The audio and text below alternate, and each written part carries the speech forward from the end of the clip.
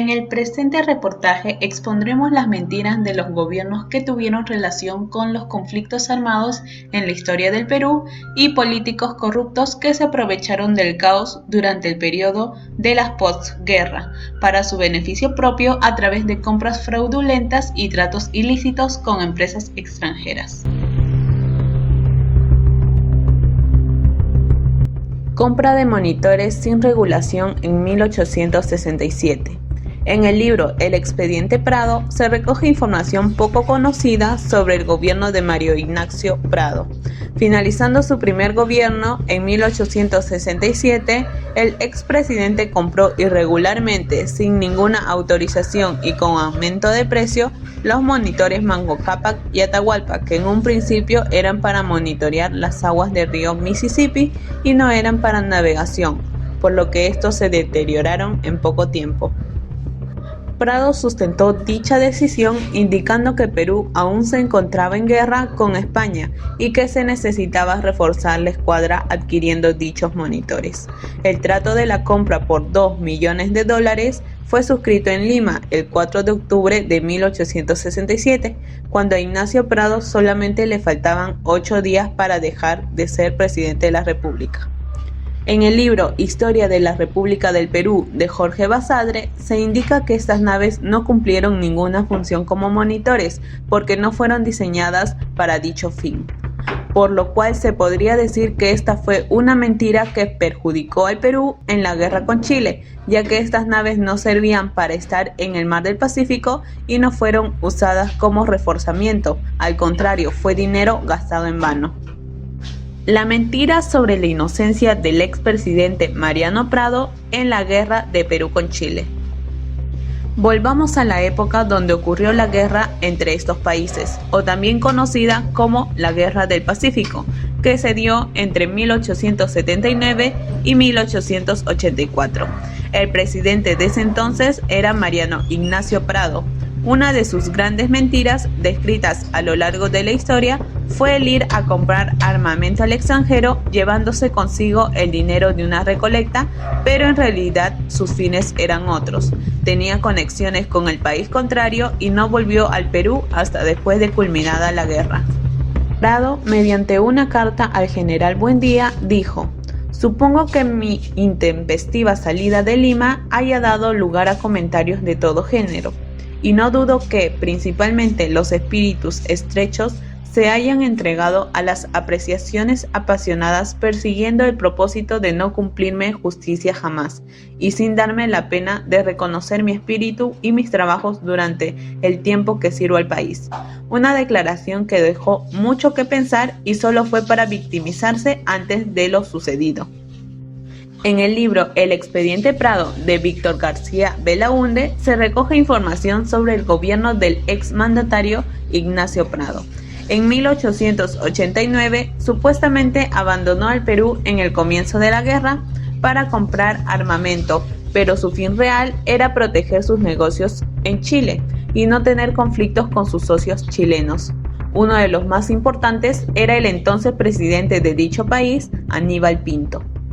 Tales negocios se iniciaron en 1868 cuando fue exiliado en Chile y empezó a comprar minas de carbón en la zona Biobío, las cuales posteriormente alimentarían los barcos chilenos en la guerra, con lo cual estaría traicionando a la patria.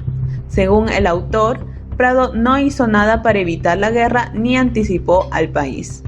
Otra de sus declaraciones mediante carta a Buendía fue: "Si algunos pudieran atribuir a mi marcha reservada un fin mezquino, bastaríales ver que dejo allí a mi familia, entregada solo al amparo de la providencia, para persuadirse de que únicamente un fin grandioso ha podido moverme a realizar este viaje". En el libro El expediente de Prado también se menciona que este exigió desde el extranjero el monto de 380.000 libras esterlinas para unas compras importantes, de las que informa haber entregado 61.000 a la Casa Grace, pero no se menciona el motivo. Asimismo, pidió 100.000 para la compra de 2 barcos al Imperio Otomano, pero estos terminaron siendo bloqueados por gestiones de Chile. Con respecto a esta situación, García Belaúnde señala en su libro: El dinero lo llevan tres personas: el vicepresidente José Francisco Canevaro, el presidente del Senado José Francisco Rosas y su amigo Julio Fluker. Por otro lado, una investigación realizada por el historiador chileno don Ricardo Nasser Ahumada, llamada La fortuna de Agustín Edwards Ossandón entre 1815 y 1878, muestra informes poco conocidos de Ignacio Prado. Por ejemplo, era el tercer deudor de Edwards Ossandón, el hombre más acaudalado de toda la historia republicana de Chile, a quien le debía el 30 de septiembre de 1880, en plena guerra de Chile contra el Perú, la suma de 33.8 millones de dólares. La era del guano y el contrato Dreyfus. A fines de 1868, cuando el Perú era gobernado por el presidente Balta, eran tiempos de inestabilidad económica a causa de la corrupción heredada de gobiernos pasados. Entonces, el recientemente nombrado ministro de Hacienda Nicolás de Piérola decidió impulsar el déficit fiscal mediante el endeudamiento externo y con el fin de agilizar la economía. Para este propósito, pidió al gobierno negociar la venta del guano al extranjero sin intermediarios. La propuesta para el Congreso en ese entonces era que esta iniciativa sea aprobada. Sin embargo, en el capítulo 3 del libro Historia de la corrupción en el Perú, por Alfonso Quirós, se menciona que desde antes Dreyfus ya le pagaba dinero al gobierno en un contrato prácticamente aprobado e impulsado por Piérola, pese a que hubo otros 3 postores que no se tomaron en cuenta. La empresa ganadora había sido elegida de antemano por personajes de poder. Como resultado, el Congreso aprobó el contrato con 63 votos a favor y 33 en contra en la Cámara de Diputados, mediante la compra y soborno de diputados involucrados. El contrato final se firmó el 17 de agosto de 1869 y establecía el adelanto al gobierno de 700.000 soles cada mes por 2.4 millones de soles y cubrir el préstamo del servicio externo del año 1865. Nicolás de Piérola fue ministro de Hacienda del gobierno de Balta entre 1869 y 1871. Sin embargo, después de su salida, mantenía el poder a favor del contrato Dreyfus con los empresarios extranjeros. Por tanto, el dinero del guano se fue entonces en deudas, obras sobrevaluadas, comisiones y en grandes gastos hasta el punto de dejar casi en bancarrota al país, precipitándolo a la ruina. En noviembre de 1880, cuando Piérola ya era presidente, firmó un decreto con su ministro de Hacienda, Manuel Antonio Marinaga, a través del cual se reconoció una deuda de casi 17 millones de soles a Dreyfus, a pesar de que existía una resolución de 1878 que señalaba que la deuda era de 675.387 soles. Esta fue la manera en la que el gobierno de Piérola recompensó el respaldo político y financiero que Dreyfus le había prestado. Mentira sobre el uso de los fondos públicos en medio de la guerra como medida para salvar y defender a la patria. En medio de una crisis extrema debido a la guerra con Chile, Piérola encontró grandes oportunidades para malversar y saquear los fondos destinados a la defensa nacional. Asimismo, jamás se presentó una cuenta o registro oficial para justificar los retiros y el gasto de entre 95 y 130 millones de soles durante el año de dictadura de Piérola. Esto, según una investigación oficial llevada por Alfonso Quirós, historiador peruano y pionero en el estudio del pasado de las finanzas peruanas, quien encontró que durante la guerra hubo irregularidades en el manejo de los fondos y gastos.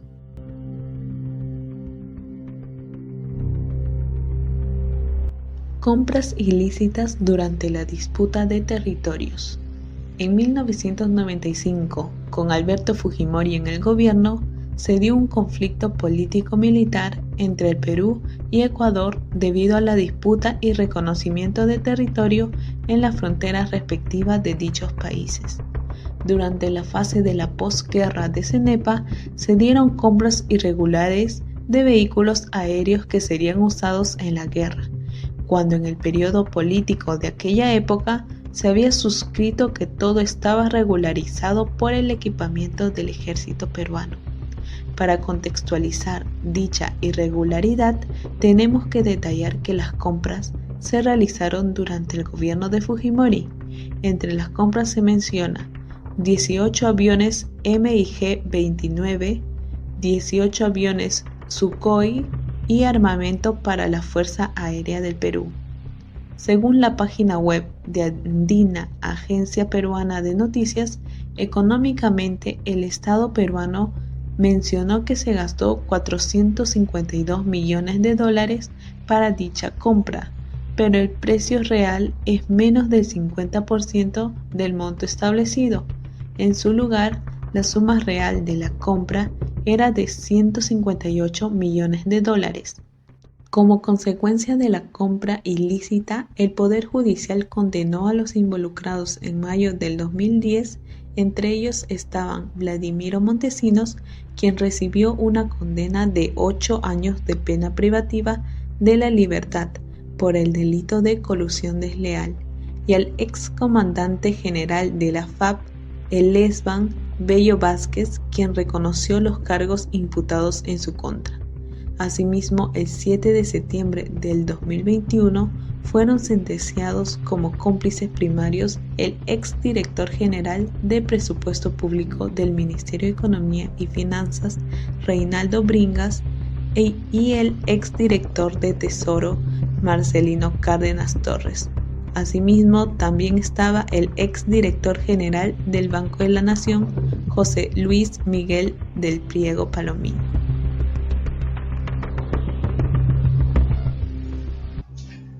En las ya realizadas investigaciones podemos relacionar estos actos vergonzosos que lamentablemente faltan a la verdad en nuestra historia.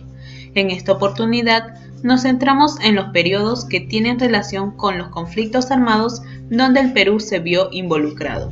El país ha caído con el pasar de los años y gobiernos a causa de la decadencia moral de los políticos, así como la corrupción ha llegado a grandes niveles, tanto que algunas instituciones se han visto manchadas, provocando que las leyes pierdan sentido para los peruanos, tanto que la mayoría de ellos creen que los políticos, en lugar de cumplir su labor encomendados de acuerdo a la ley, solo buscan obtener beneficios propios a través de recursos o contratos ilícitos.